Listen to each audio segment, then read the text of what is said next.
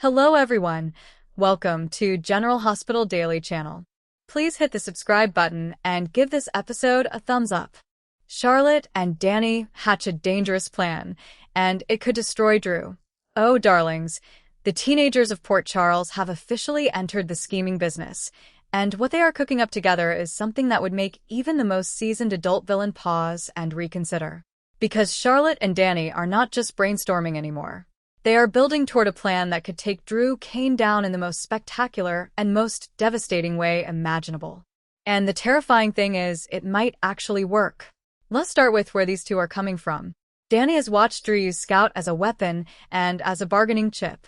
He has seen his own access to his sister, the girl who is the closest living connection to his mother, restricted and threatened and manipulated by a man who is supposed to be recovering and grateful. Danny is not wrong about Drew's vindictiveness.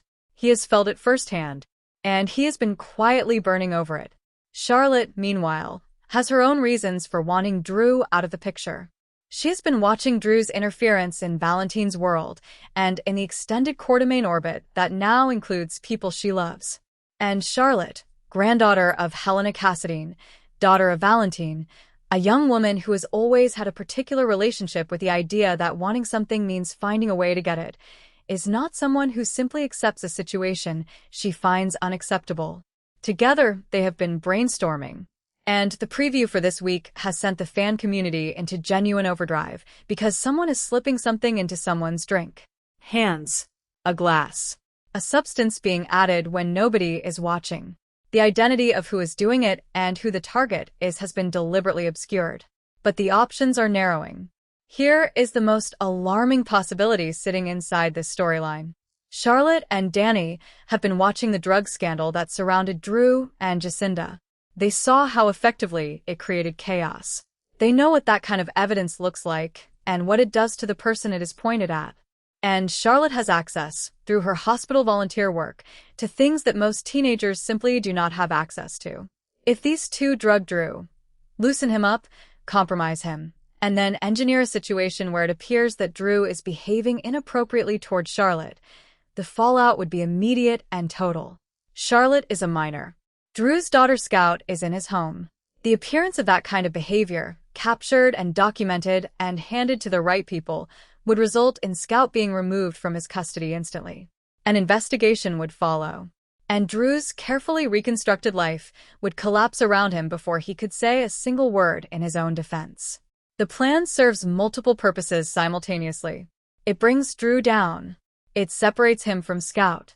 It puts Scout somewhere closer to Danny, possibly even in the Quartermain residence on a temporary basis.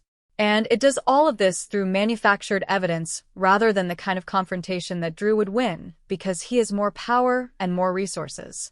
The question that should be haunting everyone watching is this: are Danny and Charlotte being brilliant, or are they being reckless in the way that only people who do not yet fully understand consequences can be reckless? Because Port Charles has a long memory, and secrets built on manufactured evidence have a way of coming apart at exactly the wrong moment. Laura leaves Ezra in charge, and Port Charles is already full of people who know his secrets. Now, darlings, let's talk about the decision Laura is making before she heads to Ireland, because on the surface it sounds perfectly reasonable. She needs someone to cover her mayoral duties. She never replaced Jordan after Jordan went undercover. The city cannot simply run without someone in that chair. And Ezra is someone Laura trusts, someone she bonded with through shared experience of being manipulated by the same dangerous man, someone who knows Port Charles and its issues well enough to manage the day-to-day. Laura is choosing to believe in Ezra's reformed character. That is admirable. It is also very Port Charles of her. This city runs on people giving second chances to people who earned complicated histories, and Laura herself is the first to acknowledge that her own past is far from spotless. But here is what Laura is leaving behind when she gets on that plane. A city that contains at least two people with very specific knowledge about Ezra's connection to Jacinda Bracken, his past with her, the things he knew and the things he did. The version of Ezra that existed before the Sidwell situation pushed him towards something resembling accountability.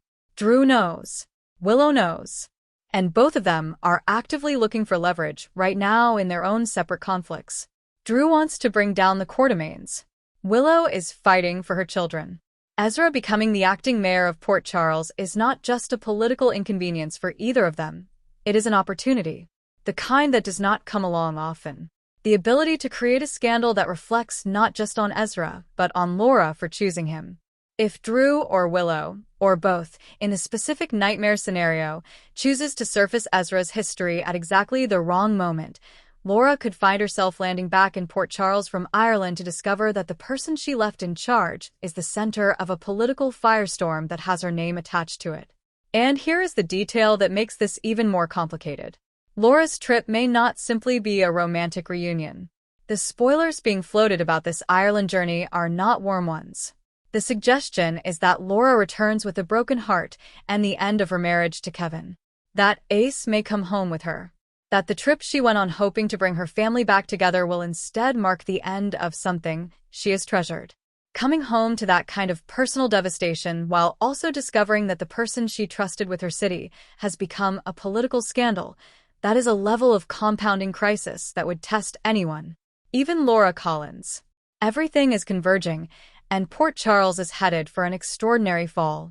And now, darlings, let us step back and look at the full picture of what these storylines are building together, because individually each of them is dramatic and significant, but together they are pointing towards something that is going to reshape Port Charles in ways that will define the fall and beyond. The teenagers are scheming. Charlotte and Danny are moving toward a plan that involves manufactured evidence, substances, and the deliberate construction of a false narrative about an adult man. They are smart kids. They have good reasons for what they are doing. And they're operating without a full understanding of what happens when the schemes of teenagers in Port Charles get discovered, which they always do. Charlotte in particular should understand this better than most, given her own history with secrets and their eventual surfacing. But the need to act, to protect, to take control of a situation that feels out of control, that is more powerful than the memory of past lessons. If they succeed, Drew's life collapses. Scout gets relocated to somewhere safer. Danny gets his sister back in a meaningful way. But if they get caught, if even one piece of what they manufactured unravels, the consequences for two young people in a city that has seen this kind of scheme before are going to be serious. Ezra is about to hold significant power in Port Charles, while the people most likely to want to use him as a weapon are at their most motivated and most dangerous. Laura's faith in him is genuine. Whether that faith survives contact with Drew and Willow and their various agendas is a very different question. And underneath all of this, the larger threads are still moving. Anna is building something on a remote mountaintop that nobody knows about yet. The Pentonville attack has Curtis in the ICU and Sonny facing accusations that could unravel the legitimate life he is trying to build. Hudson is following Brooklyn and Phoebe in ways that suggest whoever sent him is getting impatient. And somewhere in the fall, Z and Cassius are coming back, bringing with them the explosion of WSB secrets that have been sitting in the dark all summer waiting for the right moment. Port Charles has never been this loaded with story running simultaneously. Every corner of the canvas is alive. Every character is carrying something that is about to demand resolution. And the speed at which everything is converging suggests that the fall premiere period is going to be one of the most dramatically dense stretches of General Hospital in recent memory. Charlotte and Danny think they're being clever. Ezra thinks he can handle being acting mayor. Laura thinks she is heading toward a reconnection that will bring her family home. And Sonny thinks he has made a clean break from the life that defined him for decades. Port Charles is about to remind all of them that what you think is happening and what is actually happening are very rarely the same thing. Thank you for watching.